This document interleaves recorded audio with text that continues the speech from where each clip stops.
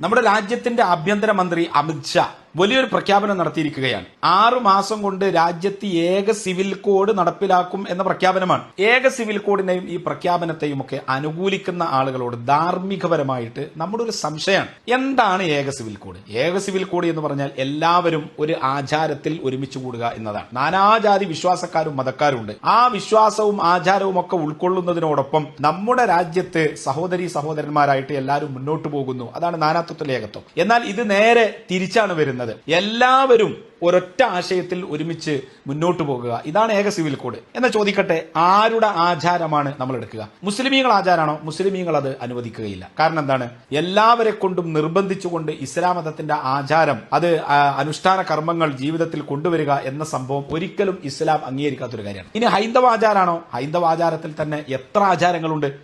അതിൽ ഏത് ആചാരമാണ് സെലക്ട് ചെയ്യുക? ക്രൈസ്തവ മതത്തിന്റെ ആചാരമാണോ? അപ്പൊ പിന്നെ ഹൈന്ദവ മതക്കാരത് ഉൾക്കൊള്ളാൻ തയ്യാറാകുമോ? ഏത് ആചാരമാണ്, ഏത് സിവിൽ കോഡാണ് നിങ്ങൾ ഈ പറയുന്നത്? ആരുടെ ആചാരം എടുത്തുകൊണ്ടാണ് ഏക സിവിൽ കോഡ് എന്ന സംഭവം നിങ്ങൾ ഇവിടെ നടപ്പിലാക്കാൻ പോകുന്നത്? ഞാൻ പറഞ്ഞുതരാം ആരുടെ ആചാരമാണ് ഇവിടെ നടപ്പിലാക്കാൻ പോകുന്നതെന്ന്. സിമ്പിൾ, ഹിന്ദുവിന്റെ ആചാരം. കാരണം അതായത് ഹിന്ദു രാഷ്ട്രം എന്ന് പറഞ്ഞൊരു കോൺസെപ്റ്റിലോട്ടാണല്ലോ BJPയുടെ പ്രവർത്തനം എന്ന് പറഞ്ഞു കഴിഞ്ഞാൽ. അപ്പോൾ ഹിന്ദുവിൻ്റെ ആചാരമായിരിക്കും ഇവിടെ നടപ്പിലാക്കാൻ ശ്രമിക്കുന്നത്, മനസ്സിലായില്ലേ? അപ്പോൾ നാളെ ഇനി ഏകീകൃത സിവിൽ കോഡ് വന്നു കഴിയുമ്പോഴത്തേക്കും മുസ്ലിം ആയാലും ക്രിസ്ത്യാനിയാണെന്ന് പറഞ്ഞാലും എല്ലാവരും കാവ് കൊണ്ട് കൊടുത്ത് നടക്കണം, കയ്യിലൊക്കെ ചരട് കെട്ടണം, നെറ്റിയിൽ പൊട്ട് വരണം. ഇനി മുണ്ട് കൊടുക്കുന്നുണ്ടെങ്കിൽ ഇടത്തോട്ട് കൊടുത്താൽ പോരാ, വലത്തോട്ട് തന്നെ കൊടുക്കണം. അങ്ങനെയൊക്കെ പിന്നെ ക്ഷേത്രങ്ങളിൽ പോകണം, തൊഴണം, ചന്ദനക്കുറി തൊടണം, അങ്ങനെ എല്ലാ കാര്യങ്ങളും ചെയ്യണം. അല്ല പിന്നെ എൻ്റെ പൊന്നു സുഹൃത്തെ, ഞാൻ ചോദിക്കട്ടെ, ഇതിപ്പം മതപരമായിട്ട് എല്ലാവരുടെ ആചാരങ്ങൾ എല്ലാവരും ഒരുപോലെ ആചരിക്കണം എന്നൊന്നും അല്ലല്ലോ ഇവിടെ പറയുന്നത്. നാളെ പോയി ക്ഷേത്രത്തിൽ പോയി എല്ലാവരും തൊഴുത് നിൽക്കണം, ക്രിസ്ത്യാനിയാണെന്ന് പറഞ്ഞാലും മുസ്ലിമാണെന്ന്, അങ്ങനെയല്ലല്ലോ. എല്ലാവർക്കും അവനവൻ്റെ മതവിശ്വാസ പ്രകാരം അങ്ങോട്ട് ആചാരങ്ങൾ അതുപോലെ തന്നെ മുന്നോട്ട് കൊണ്ടുപോകും. അതിനകത്തൊന്നും യാതൊരു കുഴപ്പമില്ല. ഇത് സിവിൽ കോഡ് എന്നല്ലേ പറയുന്നത്, നിയമം എല്ലാവർക്കും ഒരുപോലെ. ഇപ്പോഴെന്താ അവസ്ഥ? മുസ്ലിങ്ങൾക്ക് അവരുടെ ആചാരപരമായിട്ടുള്ള നിയമങ്ങൾ വേറെ, ഹിന്ദുവിൻ്റെ വേറെ, ക്രിസ്ത്യാനിയുടെ വേറെ. അതായത് വിവാഹമോചനം, സ്വത്തവകാശം, ദത്തെടുക്കൽ, ഇങ്ങനെ തുടങ്ങിയ കുറേ കാര്യങ്ങളുണ്ടല്ലോ. ഇത് പലർക്കും പല രീതിയിലാണ്. മുസ്ലിങ്ങൾക്ക് വേറെ അല്ലേ? അപ്പോൾ അത് വേണ്ട. എല്ലാവർക്കും ഒരൊറ്റ നിയമം, ഏകീകൃത സിവിൽ കോഡ്. അതാണ് ഇവിടെ ഉദ്ദേശിക്കുന്നത്. അല്ലാതെ പണ്ടിങ്ങനെ പറയുമായിരുന്നേ, ശ്രീനാരായണ ഗുരു പറഞ്ഞിട്ടുള്ളൊരു കാര്യമാണ്, ഒരു ജാതി, ഒരു മതം, ഒരു ദൈവം, മനുഷ്യനെന്ന്. അപ്പോൾ ആൾക്കാർ ചുമ്മാ തമാശയ്ക്ക് ചോദിക്കാം, അങ്ങനെയാണ് അത് ഏത് ജാതി, ഏത് മതം, ഏത് ദൈവം എന്നൊക്കെ ചോദിക്കാറുണ്ട്.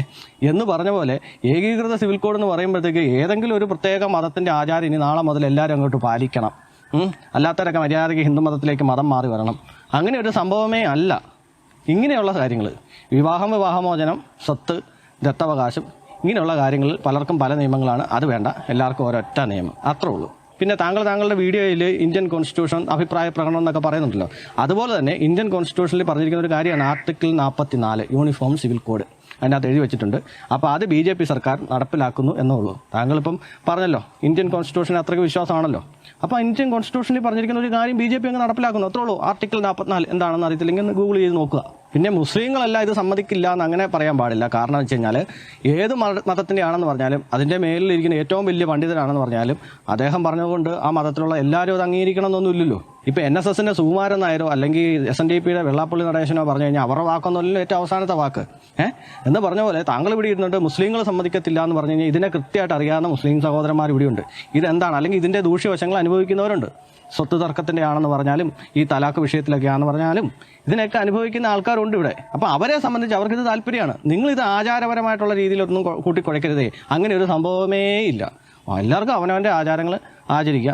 ആചാരങ്ങളൊന്നും ഇല്ലാതെ യുക്തിവാദിയായിട്ട് പോകുന്നവർക്ക് അങ്ങനെയും പോകാം. എല്ലാവർക്കും ഒരൊറ്റ നിയമം മതി. അല്ലാതെ ഓരോ മതത്തിനും അവരുടേതായിട്ടുള്ള പ്രത്യേകം നിയമങ്ങൾ വന്നു കഴിഞ്ഞാൽ പിന്നെ ഇവിടെ ഇന്ത്യൻ കോൺസ്റ്റിറ്റ്യൂഷനും BNS ഒക്കെ എന്തിനാ?